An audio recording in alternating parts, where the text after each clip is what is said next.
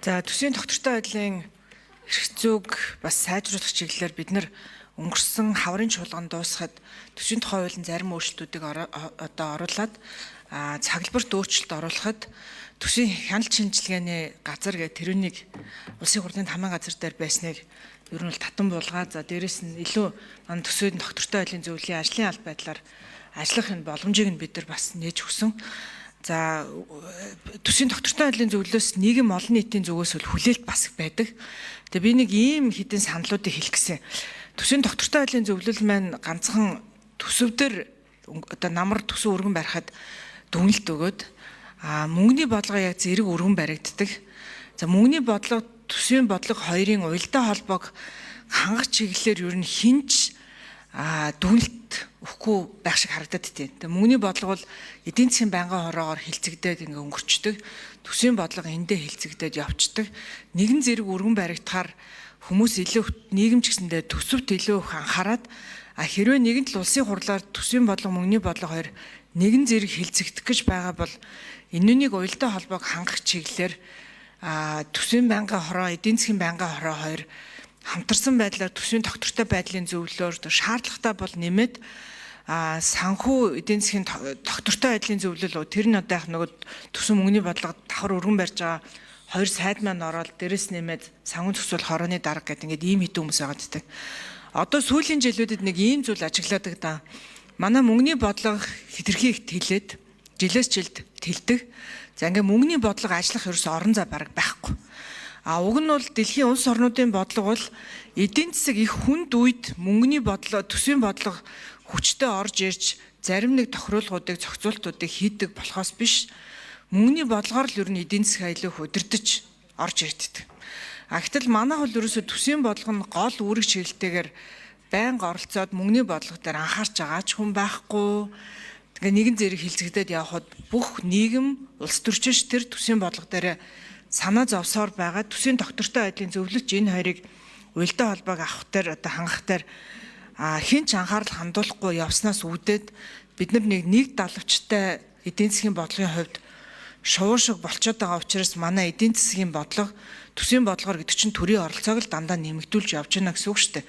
Тэгэхээр одоо бид нар үүн дээрээ яаж анхаарах ёстой гэж үзэж байна. Тэгээд манай мөнгөний одоо төсвийн тогтвортой байдлын зөвлөлөөс дэлхийн бусад улс орнуудын хувьд ер нь юу гэж харж байна вэ? Нэгдүгээрт, хоёрдугаарт бид тайлан хилцэж байгаасын цаг үед эдийн засгаас нь хүнд байгаа цаг үед төсвийн бодлого дээр бусад улс орнуудын талаар ер нь бусад улс орны талаар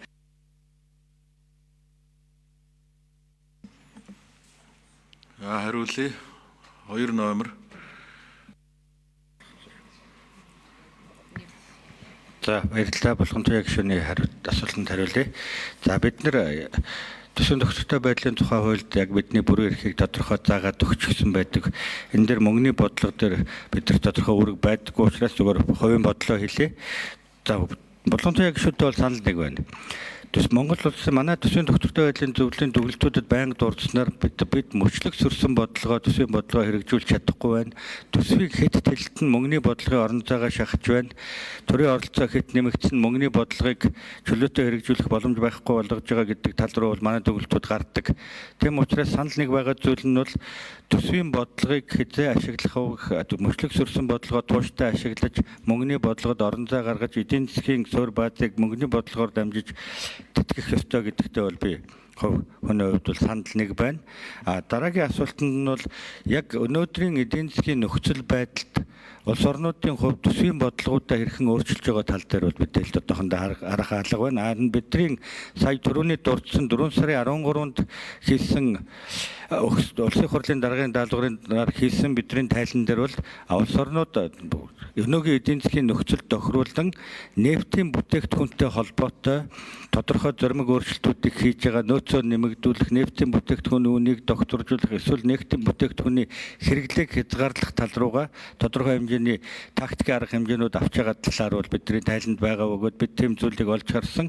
Зарим улс орнууд бол нефтийн бүтээгдэхүүнтэй холбоотой энэ эрсдлийг урт хугацааны гэж байдлаар хараад ер нь цаашдаа юм нефтийн бүтээгдэхүүн болон энергийн бүтээгдэхүүнтэй холбоотой эрсдлийг бууруулах урт хугацааны стратегийн бодлого авч хэрэгжүүлж байгаа юм байдлууд бол ажиглагдж байгаа.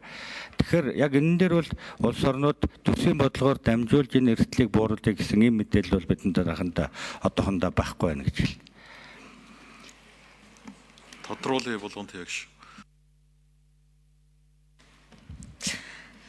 За хэрвээ холбогдох хуулинд нь өөрчлөлт оруулал төсвийн доктортой байдлын зөвлөл мөнгөний бодлого төсвийн бодлогын уялдаа одоо нэгэн зэрэг өргөн баригдаад улсын хурлаар 2 одоо байнгын ороогоор хилцэгдэж хахад уялдаа холбоог хангах чиглэлээр та бүхэн маань зөвлөмж өгч бидэнд ажиллаж чадах уу?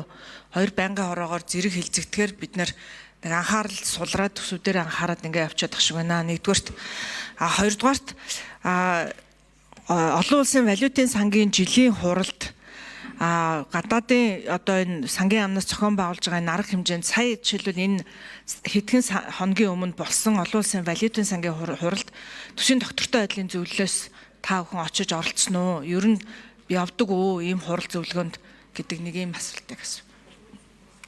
За, ажлын хэсгийн 2 номерын микрофон. За Булган Ягшны асуултанд хариулъя. Төсвийн доктортой байдлын зөвлөлийн хувьд за манай зөвлөлийн гишүүд болон ажлын алба бүрдсэн за тэрийг бүрдүүлж өгсөнд Булган Ягшунд талархлаа илэрхийлье.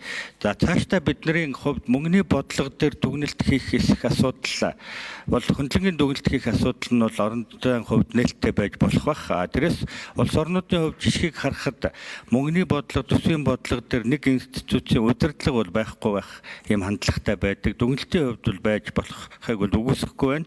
Одоогоор чадвархын хувьд бол бид нар өнөөдөр зөвлөлийн 7 гишүүн маань л ерөнхийдөө 2 жилийн турш яг бүх чиглэлээ хэрэгжүүлж ирсэн. Энэ намраас л ажлын албатай болсон.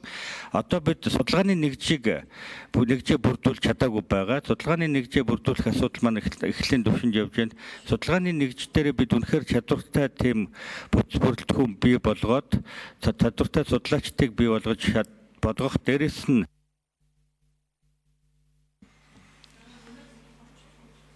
За, нэмээд хариулчих. За, 2 номерын микрофон.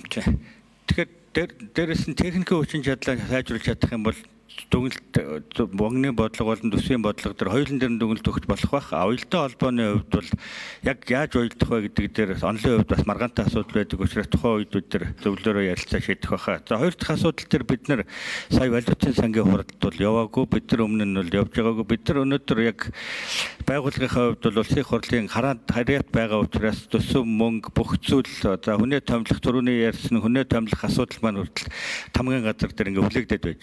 Бид нар төсвийн ерөнхийлөн захирагч биш, төсвийн шууд захирагч биш учраас энэ асуудлуудыг биедан шийдэх боломжгүй. За боломжийнхаа өрөөнд бид сая түрүү жил бүгд найрамд Солонгос улсын төсвийн алба буюу НАБОтой хамтын ажиллагааны гэрээ зураад, санам бичиг зураад өөрсдийнхөө энэ боломжийн өрөөнд хамтын ажиллагаагаа өргөжүүлэх ажлыг хийж байна. Цаашдаа бол энэ хамтын ажиллагааг өргөжүүлэх ажлыг улам илүү дэлгэрэнгүй Булган Ягш тодруулъя. За төсвийн байнгын орны гишүүдээ яг нөхцөл байдлыг ийм багтаамаа. Олон улсын валютын сангийн жилийн уулзалт бол тухайн жилийн эдийн засгийн талаар маш том хэмжээний илтгэлүүд тавигддаг, салбар хуралдаанууд болдог, ийм том хурал болдог. За гэтэл төсвийн доктортой байдлын зөвлөлийн гишүүд маань өнөөний үгэнд гол параметруудыг гаргадаг, тэрэн дээр дүн шинжилгээ өгдөг хүмүүсийг явж чаддгүй. Төсөв мөнгөнд шийдэгддэггүй, сангийн амнаас ч дэмждэггүй. За сая одоо жишээлбэл жилийн уулзалт гэж байгаа төсвийн байнгын хороонд ч байдгүй гişүүд зөндөө явсан л төсвийн байнгын хороонд байгаа. Тэгээ одоо эцэс үлд нь төсвийн байнгын хорооных нь гişүүд нь ч биш, төсвийн доктортой байдлын зөвлөлийн гişүүд нь ч явж чадахгүй, ийм хурал зөвлөгөөнд оролцож дэлхийд даяар төсөв эдийн засгийн бодлогоор энэ хүнд цаг үед юу ярьж байгаа вэ гэдгийг нь олд сонсож чадахгүйгээр улсын хуралд зөвлөмж өгнө гэдэг бол хэцүү шүү. Тэгэхээр төсвийн байнгын хорооны даргаыг үүн дээр анхаарч өгөхийг хүсэж байна. За, тодруулаад хариулчих. 5 номерын микрофон. Ажлын хэсэг. Энэ Булган Ягшны асуултан дээр нэмээд нэг тодруулах өгч. Сая энэ мөнгөний бодлого, төсвийн бодлого хоёрын уялдаа холбоо гэдэгт. Ер нь олон улсад бол энэ одоо ерөн санхүүгийн секторын уялдаа холбоог хангасан институтууд байгаа. За манай Монголд бол бас байгаа. Энэ санхүүгийн доктортой байдлын зөвлөл гэсэн байгууллага байгаа. 4 гишүүдээс бүрдсэн сангийн яам, төв банк, санхүүгийн зохицуулах хороо, тэгээд дээрээс нь хадгаламжийн даатгалын корпорац гэсэн байгууллагууд удирдлага орсон ийм байгууллага зөвлөл бол байдаг.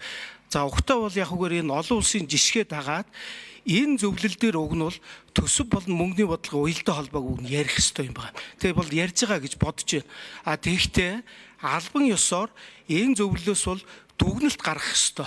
Тэгэд олон нийтэд бол энэ төсөв болон мөнгөний бодлогын уялдаа холбоо ямар байгаа юм бэ гэдэг талаар одоо хэвлэлийн баг хурал хийдэг ч юм уу, эсвэл мэдээлэл хийдэг ч юм уу, ямар ч байсан нэг юм тодорхой хэмжээ